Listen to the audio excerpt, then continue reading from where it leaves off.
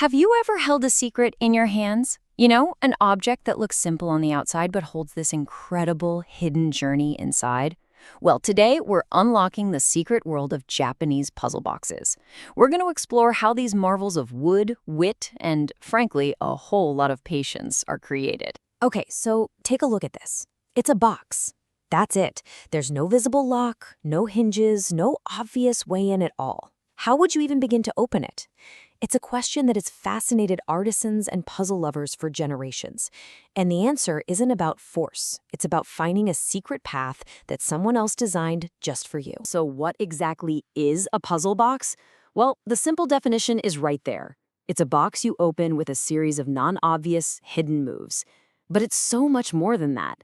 The solution isn't some key you can lose or a combination you can write down. The whole sequence of pushes, slides, and twists, that is the key. The mechanism is totally hidden, which makes finally discovering it feel like magic. But what's the big deal? Why are we so drawn to these things? It goes way beyond just wanting to see what's inside. The real pull, the real allure, is the experience itself. You know, when you hold one of these boxes, it's like you're starting a silent conversation with the person who made it. The goal isn't just to pop it open and get some prize. The journey is the prize. It's this amazing, hands-on, thoughtful experience, almost like a dance of curiosity between your hands and the creator's mind. To really understand this craft, we have to go to its source, Hakone, an absolutely stunning, scenic village kind of nestled in the mountains of Japan. For centuries, this one town has been the heart of a really unique woodworking tradition. The history here is just fantastic because it shows how a happy accident can spark a revolution. For years, the Hakone region was famous for yosegi zaiku, these boxes with beautiful geometric patterns and pretty simple sliding panels. But then, in the 1970s, a woodworker named Akio Kame tried to make one, and he failed. But through that failure, through just experimenting, he ended up creating something totally new, the Karakuri, or trick box. It was a game changer.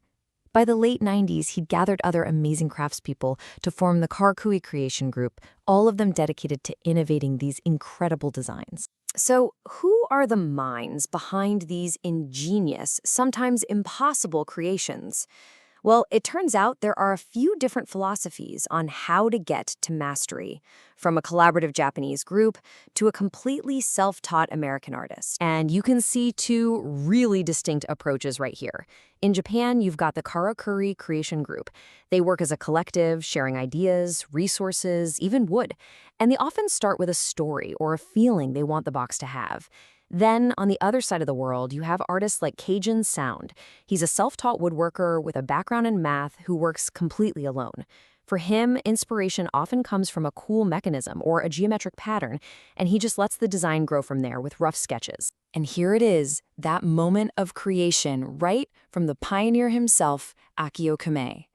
After realizing he just couldn't replicate the old traditional boxes, he says, "I have to make original secret box. I named it Karakuri Box." And just like that, with that one decision, he defines a whole new era of puzzle making. Now contrast that with the perspective from the self-taught artist, Cajun Sound. He'd been dreaming of making a wooden puzzle box since he was in middle school. And when he finally did, he said the pride wasn't just in the finished object, but in the journey of becoming the kind of person who could build it in the first place. Okay, so how on earth do these impossible objects actually work? Let's get inside the box, so to speak, and look at the hidden mechanisms. Because the secrets are built on incredibly precise and honestly surprisingly simple principles of woodworking. For any maker, there is one rule that governs literally everything: precision. We're talking about incredibly tight tolerances. If the pieces are cut even a tiny fraction too loose, the box feels kind of flimsy and cheap. But if they're too tight, well, friction wins, and the puzzle becomes impossible to solve because it just won't move. So one of the most fundamental tricks is a hidden track. How do you make a piece of wood slide back and forth, but not just fall out? Check this out. First, you cut these angled notches. Then a router cleans out the wood between them. What you get is something called a dovetailed track. See how it's shaped like a trapezoid? Now, a slider with that exact same shape can move freely along the track, but it's physically impossible for it to pop out. This one technique is the foundation for countless hidden moves. And from that one basic principle, you get some amazing complexity. So just how complex can these mechanisms get? Well, Cajun Sound once designed a box that took 5,000 moves to open. 5,000. It was so complex that the wooden parts would actually start to wear out before you could solve it. It just goes to show, the only real limit is the artisan's imagination. Okay, so these boxes are clever, they're beautiful, and they're incredibly difficult to make. We get it. But so what? Why do they truly matter? What's the real value hidden inside? This quote from puzzle solver Chris Ramsey, I think it gets right to the heart of it. After he visited the Karakuri workshop in Japan, he had this huge realization. When you buy a box online, it's a product. But when you see the workshop, when you meet the artists, you realize you're not just holding a puzzle. You're holding someone's life's work. And ultimately, I think these puzzles tap into something really fundamental inside all of us. As Cajun Sound puts it, they remind us to be a child, to be thoughtful and curious. They're an invitation to reconnect with that part of ourselves that isn't afraid to just explore and get lost in a maze just for the sheer joy of it. So when you look at the whole picture, the real value of a puzzle box becomes crystal clear.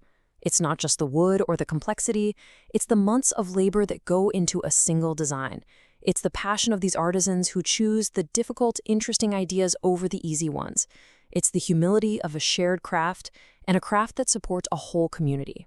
And in the end, as the Karakuri makers say, their goal is really simple: to make people surprised and to make them laugh. And that really leaves us with a final thought to chew on. We spend so much of our lives just looking for the right answer, for the neat and tidy solution. But what if the real reward isn't the solution at all? What if it's appreciating the beautiful, intricate, and deeply human journey that a creator has hidden inside the question itself? Thanks for joining me on this explainer.